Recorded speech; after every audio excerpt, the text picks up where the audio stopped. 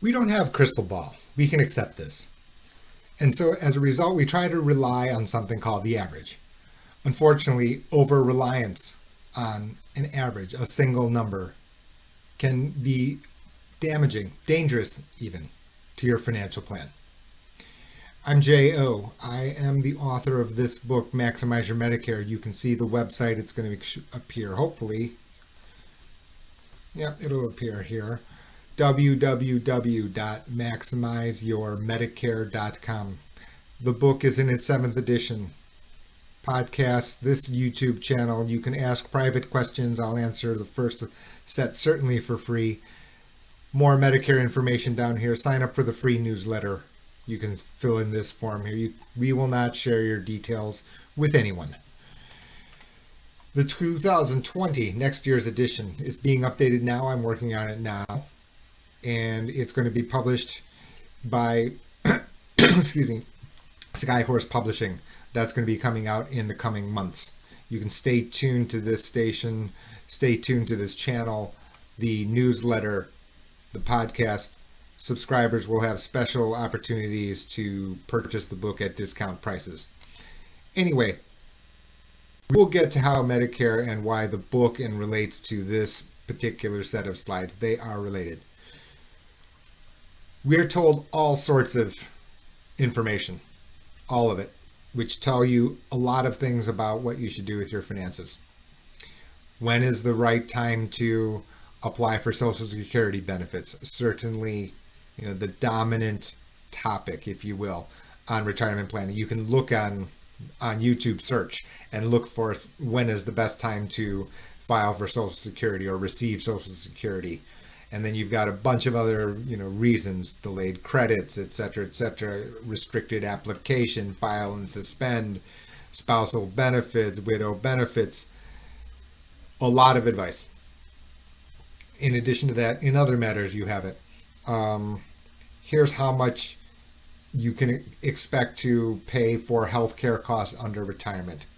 Here are the average returns. Here's what your portfolio construction should be if you're a 50-year-old, if you're a 55-year-old, if you're a 60-year-old, for example. They give you recommendations based on these averages over time. And the averages are not wrong. But what they're not talking about, what they're not revealing here, is about these curves in this simple picture, which, as you can see, these three curves are all average. This dashed line, it's all the same in each of these three. However, you can see the distance from the dashed line to the red line in this case. You can see this distance is very different from to the red line compared to the green line. What does this represent? It represents different outcomes that you may or may not have expected or anticipated. So it's not only that the average can be wrong, but it's also the distance. And we're going to get into both of those today and how it affects your financial plan. You can see it. It's a single number. It's not mathematically wrong, right? I mean, almost everyone can, calculate an average. If I have 3 experiments, one, the answer is 3, one, the answer is 2, one, the answer is 1, well, the average is 2, right? The sum of them divided by the number of instances. There's your answer. But we're going to talk about why the over-reliance. We need the reliance to tell us a base case, but then we need to consider if that actually applies to us. In other words, does the red curve or the blue curve or the green curve? Usually we're told about one thing, but your individual situation can be very different. Even the prediction of this average is uncertain. And you can see here, we take a look at financial markets this year. So this picture, this image here on your right-hand side of your screen is a picture from the Wall Street Journal. Every year, they poll economists who basically predict where the financial markets are going to be at certain points of the year. And you can see it here, end of June, you see a bunch of dots. and then end of 2019. And you can see where the circle here. Not a single respondent in January's Wall Street Journal survey of economists predicted the yield on the 10-year Treasury note would fall below 2.5% this year. Not a single one. We're not debating whether or not the economists are qualified. Okay, I'm not debating that. What I am saying, though, is it tells you now you can see it. We're now at 1.6%. This article was written at a time that the yield was 2.08%. We're down another 0.5% from even then. It just goes to show you that predictions, even by the most qualified, can be wildly wrong in a world of uncertainty. In other words, you can see it here. They were predicting something in here, right? You had some differences of opinion. No one expected it way over here. Nobody. Even so, that's my point here. We get the same thing on portfolio construction, right? X% in stocks, Y% in bonds, Z% in cash and other. Okay, you get this all the time. And here's the appropriate percentages for different people, because in the long run, stocks outperform, risk adjusted, all these other fancy terms. Reminder, I've been bond trader on 3 continents on this planet on these complicated matters. But you can see this graph here. This is what has happened here. Even just, you can see it. This, even starting in June of this year. This relationship, pretty lockstep. And if you go back, you can see quite a dramatic widening. If anything, today, this red line here is wider today. Right? This only goes to July. Since then, it's worse. My point is average can work, yes, if we're following this average relationship. But then something is weird. Technical term, weird, right? This doesn't look normal. Okay? In other words, what people thought, okay, we have this average and, we have some kind of random distance, but they're kind of, symmetric, meaning that, I could fold this piece of paper on this dashed line and both sides will be the same shape and size. Even the relationships change. They change. Okay. So the things you can't control, right? You don't control where the Apple stock trades at 211 or 205, right? You don't determine 10-year interest rates. No single investor does. The things you can't control, this can go weird. Now, why is this important? This is important based off this graph, and you can see this chart, or it's not a graph, is it? This table.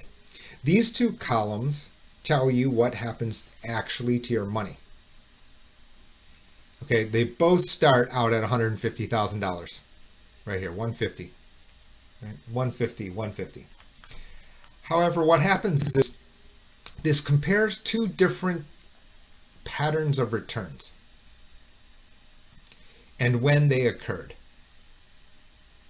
And you can see dramatically different, and this is an extreme, don't get me wrong. And I'm not going to predict here. You'll never hear me say, I think that the market is going to drop by 40%. The equity market is going to drop by 40%, or your portfolio is going to drop by 40% in a year. But you can see what ends up happening is that based on the timing of when these occur, the financial answer here, the outcome is way different. 49, you're out of money here. $673,000 here, and much longer. So, and you can see what happens here, meaning the average annual return here, let's get this bar out of the way, the average annual return here is the 9% a year. And now you see the issue. Right? The average looks the same. Optically, it's the same. It's the same reported number. The actual practical financial result is wildly different. And as an aside, this tells you, especially those who are in retirement, withdrawing. Yes, I'm not saying you should day trade. I don't recommend that because even professionals get it wrong, right? In short periods, professionals can get it wrong. But my point is that overall, we need to avoid big time frames of drawdowns. And drawdowns is basically losses.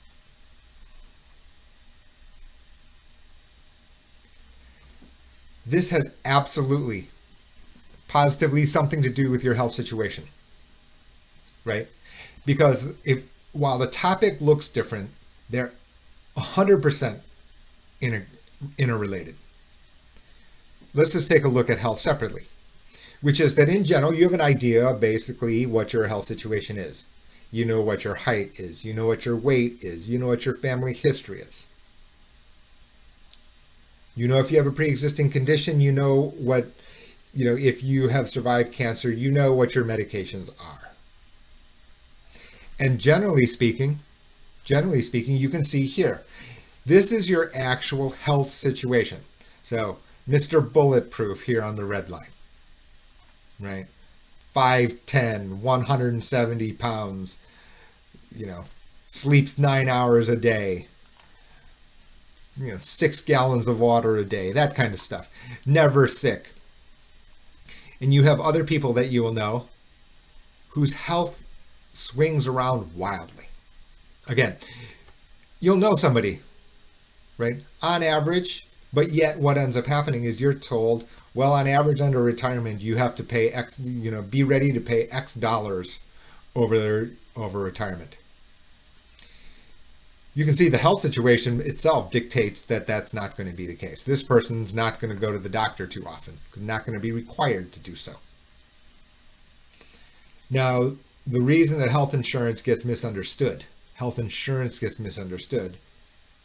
is, and unlike other types of insurance, is this, which is your health is not the same as the cost of healthcare. Okay, so let's just take an example. Type 1 diabetic. You require insulin X units a day. Okay. So a couple of things. Number one, you can see that your health is not going to be here in the red line. The number of possible outcomes when you have type 1 diabetes, right, is much more variable. You could have wildly swinging outcomes as by the green line. You can see it here. It is not the same shape as the red line. You are not in the same risk category as the red line. Don't get me wrong, insurance companies understand this. Absolutely. And you know this. I don't need to point this out, but as soon as you see this picture, it becomes clear. The additional complicating factor here is the fact that these curves are kind of more representative, not exactly. They're representations of the fact that your costs do not exactly match the blue line under healthcare, right? You can see this is symmetric, meaning that you can fold it. You can fold this at the dashed line, right? And they'll be identical. You can see over here, however, these are more likely. This is blue or black. This dark blue or green. These shapes are not exactly even. So you can understand it. Let's just say you have back here are diabetic, right? First of all, you have insulin. Second, you have frequent doctor's visits. You have to have eye exams. You have to have cleanings, for example. And then that's even before you have if you have complications, right? The probability of complications much higher. The cost under those complications skyrocket. So it's not exactly here as this blue line goes, right? So basically what this also tells you, which is of the Affordable Care Act, right? Because the fact is that if you have diabetes, yes, your average can be here. Let's just take this line. The average can be here. But your costs are way up here, right? So as soon as you start getting away from the average, your costs balloon. And that's what happens under healthcare cost. Okay. So this one had to do with your health situation. This is the one that has to do with healthcare cost. Okay. So now you can understand why I wrote maximize your Medicare. Right? Meaning that since these are the different, meaning these financial costs are so different than this, Medicare's that spot where you have unrestricted rights when you turn 65. The Affordable Care Act also has this component, right, by the fact that there is no pre-existing limitation clause. That said, because of these much different costs, and due to the fact that every insurance company must accept your application, the costs are higher. So the protection under those situations is higher. What's the cost of the protection under those situations? Health insurance. Therefore, Affordable Care Act, don't get to close you out. Cost higher, protection costs more. Period. Quite simple. Maximize Your Medicare is also adding additional layers, right? Which is that Medicare is partially funded or is greatly funded by the US federal government. That means taxes. That means more people coming into the system and fewer and living longer. And this is creating issues. And that's this green. Demographic reality, fiscal pressure, not only on the government, but your ex-employer. You know that retiree healthcare benefits getting weaker or being eliminated entirely, right? Maximize Your Medicare is to deal with those. And then not only that, but to also point out that not everything's bad. The sellers are competing, and they're competing fiercely for your business, meaning that which can help your benefits, which can lower your costs. But let's agree that this set of facts that you do not control is pushing us off this red line down to riskier situations. So when in combination with your personal situation, your personal health situation, and your potential for cost here, therefore it's best for you under retirement to understand Medicare well. Medicare is basically an excellent chassis. It's an incomplete chassis. So I spent a lot of time. So the first part was about the financial markets and, portfolio, Social Security choosing. And then the second part here is about health. Now, how do these all fit together? And why in the world did I start this with, the pictures of the graphs of the distributions? And the reason is because this first step, the step that must basically be the glue that make all of you any and all of your components of your financial plan fit together is you need to ask yourself first, does average fit you?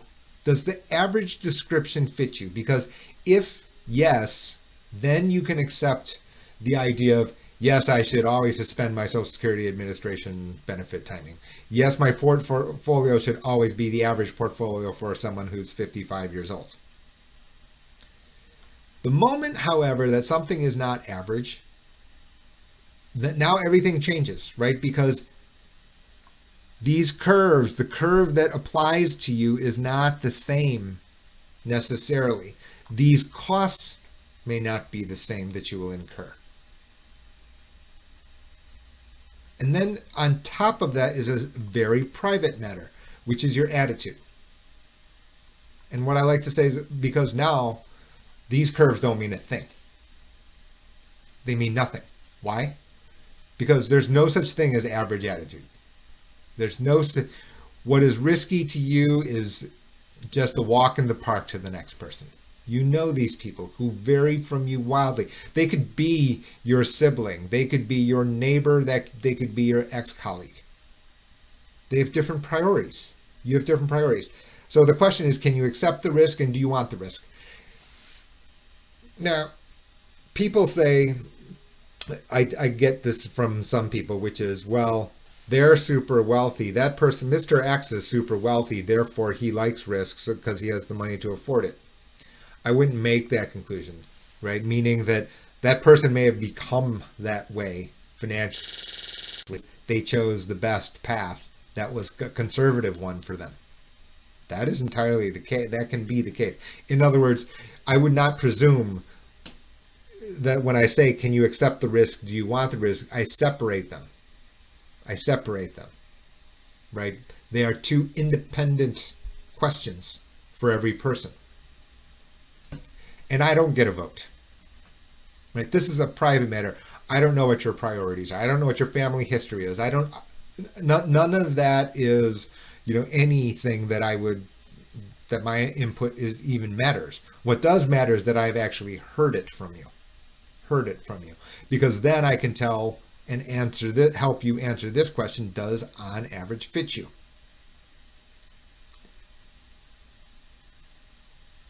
Why does it matter? Well, you can hear it: cost. It's about the money. It's always about the money, right? So now you're type 1 diabetic. Let's go back to this person. And not everyone has diabetes. American Diabetes Association calls it an epidemic. But type 1 is far less prevalent. You'll know somebody who's a type 1 diabetic. But the cost of maintaining your health is high. Right? The cost is high. That ripples through your financial projections. So I was telling you that, hey, you can see these slides by brokers. You can see these infographics that say retirees need X hundreds of thousands of dollars for health care to pay for health care costs under retirement, which includes premiums and out-of-pocket costs. And then I say to yourself, and I've heard this, the very good, appropriate retort was, let's not create undue panic here. No one said you need that money in cash today, right? Nevertheless, if you are not the average, your financial projections are therefore not average. It could be lower than average. It could be much higher than average. And you can see that average predictions can be wrong. And when average is wrong, that's when insurance kicks in. Part of this, and the also related, is point B, which is time. And by time here, what I want to point out is that every piece of financial advice, all of it, they entirely depend on the time horizon involved. There's no separating money from time when it comes to math of money. Impossible. Okay? So this is what I know. We live in a society. We want the hot take. I want the easiest, fastest, most convenient answer. That is, but it's got to be right. So you can see it. I should delay my Social Security benefits. And I'm not saying that you should or should not. I'm just saying it's not the slam dunk that the 3-minute YouTube video has. Can't be. Because the health and cost projections here affect the time horizon. And you can see it here. I'm not going to sit here and explain these, formulas. I know some people, are head are spinning just when they see a formula with the equal sign. But this one on the left, is to measure any set of cash flows, the price of anything.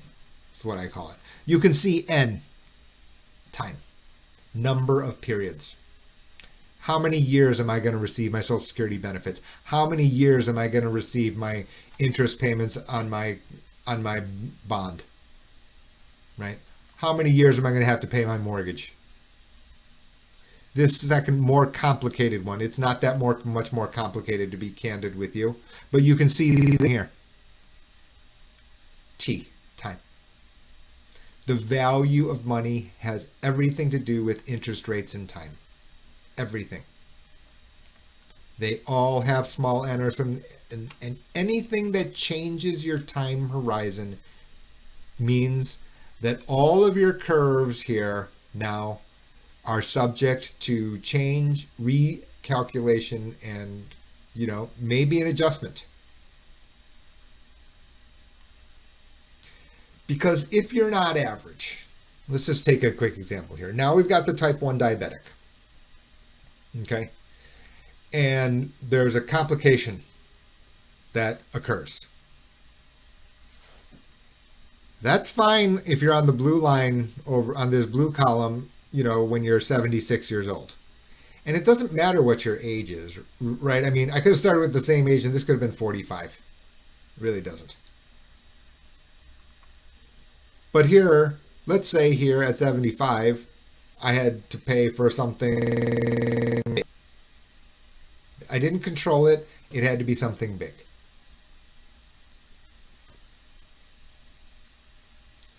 Over here at 75, you don't have the assets to pay for something big. Right?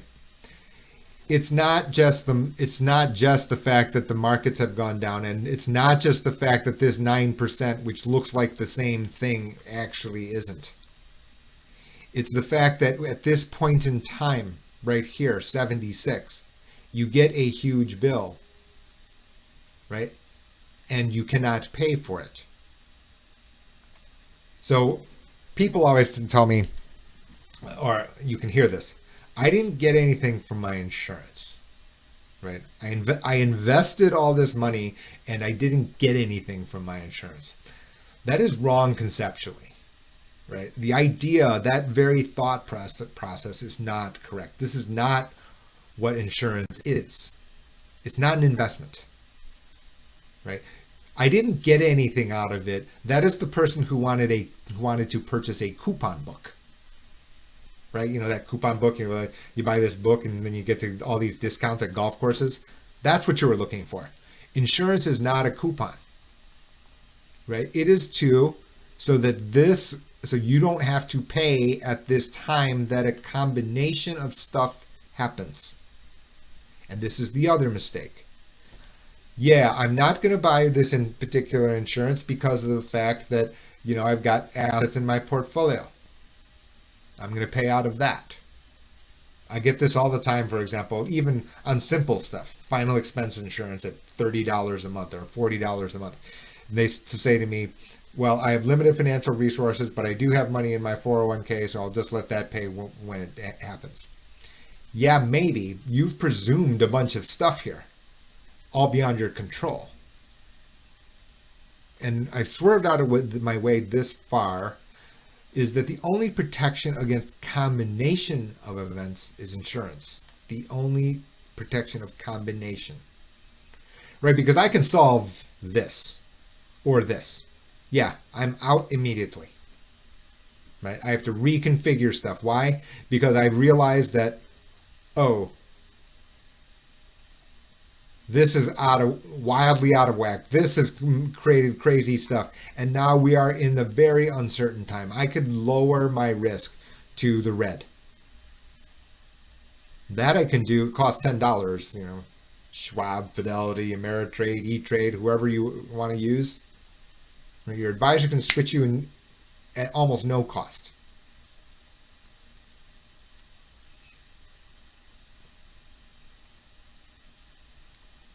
But can they both get you the money that you need so that you can get the upside at that time? No, the only thing that can do that is insurance. It's the only one to get you the sharpness, the angle of return in order to cushion you so that you don't have to be selling. Let's say it happened here and you owed $30,000. And people say, okay, well, I don't want to do that and I don't want to switch my portfolio because that's risky. Here, you are risking yourself from selling at the low. You need to pay this $20,000 bill. Your portfolio has dropped to $78,000, let's say. And again, this is me stretching the rubber band in an extreme way, but it illustrates the point, which is your portfolio dropped and then you get a big bill, the combination, and you have to pay for it. At that point in time, what you've done, how is that different than you then just selling your stocks at the low? You've been a forced seller at the low. Okay. So that's why I'm saying that insurance is just not conceptually, a coupon at all. Not at all. All right. Literally every single financial topic, all of them. Long-term care insurance, life insurance with riders, permanent life insurance, term life insurance, etc., etc. They are all related to this matter, right? Whether your life insurance applications are going to be accepted by the carrier, all of it. You have to just know which one of these curves represents you. You'll get a very good idea. And then in addition to that, because each one of these, depending on your red, blue, green line, you have cost amounts. You have cost of how much it could cost you with if you have insurance. If you don't have insurance, they're going to be different. I didn't say that don't go without groceries to pay for insurance. I don't recommend that, right? However, what I am saying is that if you start here and if you understand that, hey, life's or the structure of what this is going on in your life can change you from red line to blue line to green line and maybe back to the red line, right? At that point in time, you have to then say, okay, do all these components, these pieces of decisions that you can actually control, do they fit the curve of your existing situation to the best you can? We know we have no crystal ball. We accept that. But that doesn't mean that we don't do the best we can with the information that we have. Hope you've enjoyed today. Be sure to click around. You'll see you'll see episodes about different components. There'll be more coming in the near future. Thanks. I hope you got something from today's video. You can find more about Maximize Your Medicare, the 2020 edition to be published by Skyhorse Publishing, GH2 Benefits, a firm for financial services, and the Great Humanity Healthcare Foundation by subscribing to this YouTube channel today.